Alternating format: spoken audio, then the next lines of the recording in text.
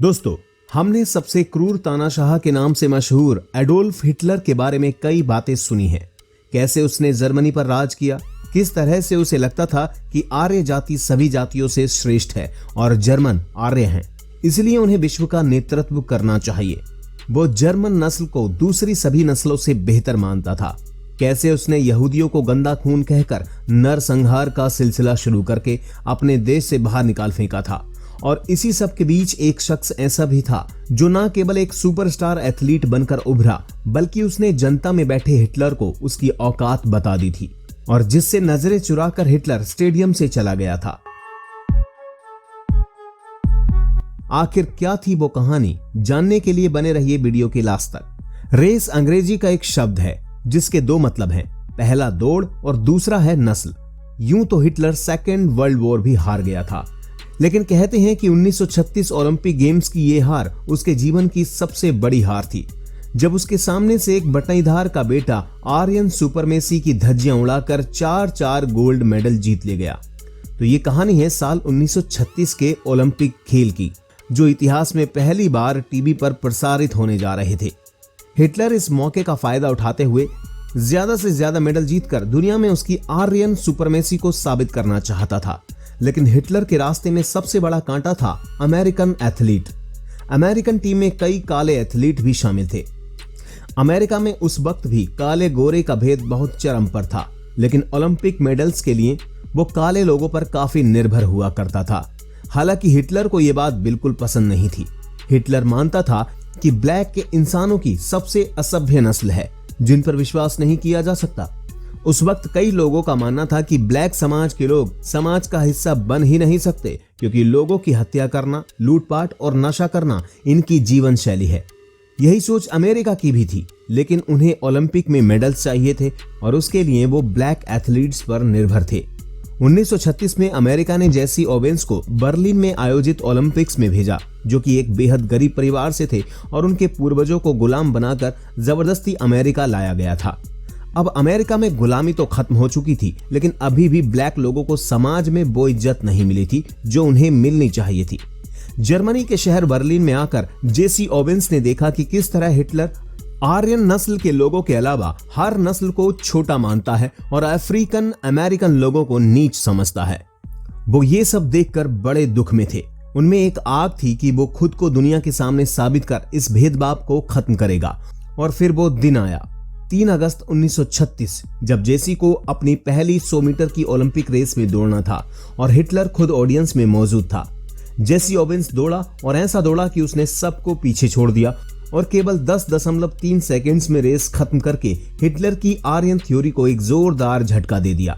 कहते हैं कि हिटलर उस वक्त जेसी ओवेंस से इतना चिढ़ गया था कि उसने जेसी ओवेंस से हाथ मिलाने से भी इनकार कर दिया था और स्टेडियम छोड़कर चला गया। जेसी ओवेंस ने इसके बाद 200 मीटर की रेस और लॉन्ग जंप में भी गोल्ड मेडल जीता। लॉन्ग जंप का गोल्ड मेडल जेसी ओवेंस एक जर्मन एथलीट लुडविग लॉक की वजह से जीते थे। जब जेसी ओवेंस के पहले 2 अटेम्प्ट फेल हो गए थे, तब लुडविग लॉक ने जेसी ओवेंस को कुछ टिप्स दी, जिसके बाद तीसरे अटेम्प्ट में उन्होंने गोल्ड पा लिया। लुडविग अपनी दी हुई एडवाइस से भले ही हार गए हों, लेकिन उनके मन में कोई द्वेष नहीं था और जेसी ओवेंस के गोल्ड जीतते ही वो उन्हें मुबारकबाद देने पहुंच गए। आज भी ओलंपिक हिस्ट्री में इस दोस्ती की मिसाल दी जाती है।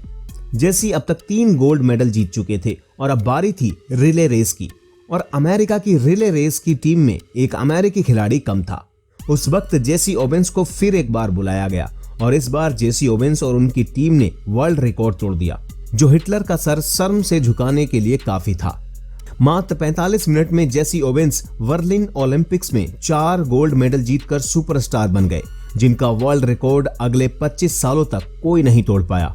फिर ऐसा क्या हुआ कि जेसी ने फिर कभी कोई ओलंपिक नहीं खेला, क्योंकि अमेरिकन अथॉरिटी ने इस नए सुपरस्टार के साथ वही किया जो हर ब्लैक आदमी के साथ सदियों से वहां होता आया था। जेसी ओवेंस जब घर लौटे तो पूरी टीम के लिए सम्मान समारोह रखा गया था, जिसमें ओवेंस भी तैयार होकर पहुंचे, लेकिन वहां पहुंचते ही उन्हें समझ आ गया था कि वो भले ही 4 गोल्ड मेडल जीत कर आए हों, लेकिन अमेरिका में अभी भी उनकी पहचान सिर्फ 2 शब्द से है, और वो है काला इंसान।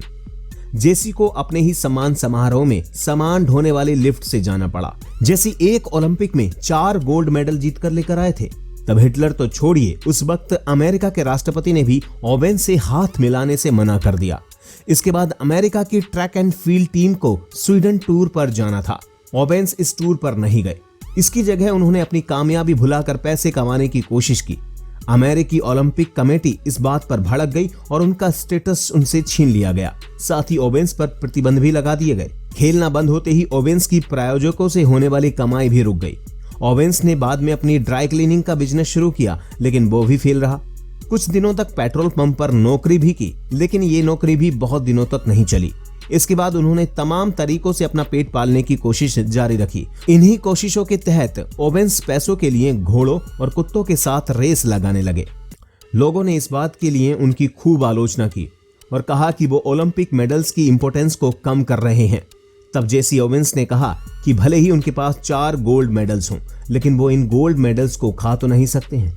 बाद में उन्होंने पीआर का काम शुरू किया और पूरे देश घूम घूम कर मोटिवेशनल लेक्चर्स देने लगे और इसी तरह से उनका गुजारा चलता रहा।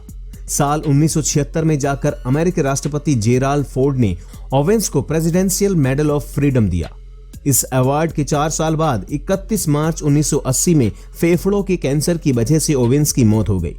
तो जेसी ओवेन्स की ये कहानी देश के युवा खिलाड़ियों के लिए एक प्रेरणा का सोर्स है, जो तिरस्कार का सामना करते हैं और सुविधाओं की कमी के कारण आगे नहीं बढ़ पाते। आपको आज की ये वीडियो कैसी लगी, हमें कमेंट बॉक्स में टाइप करके जरूर बताएं। धन्यवाद।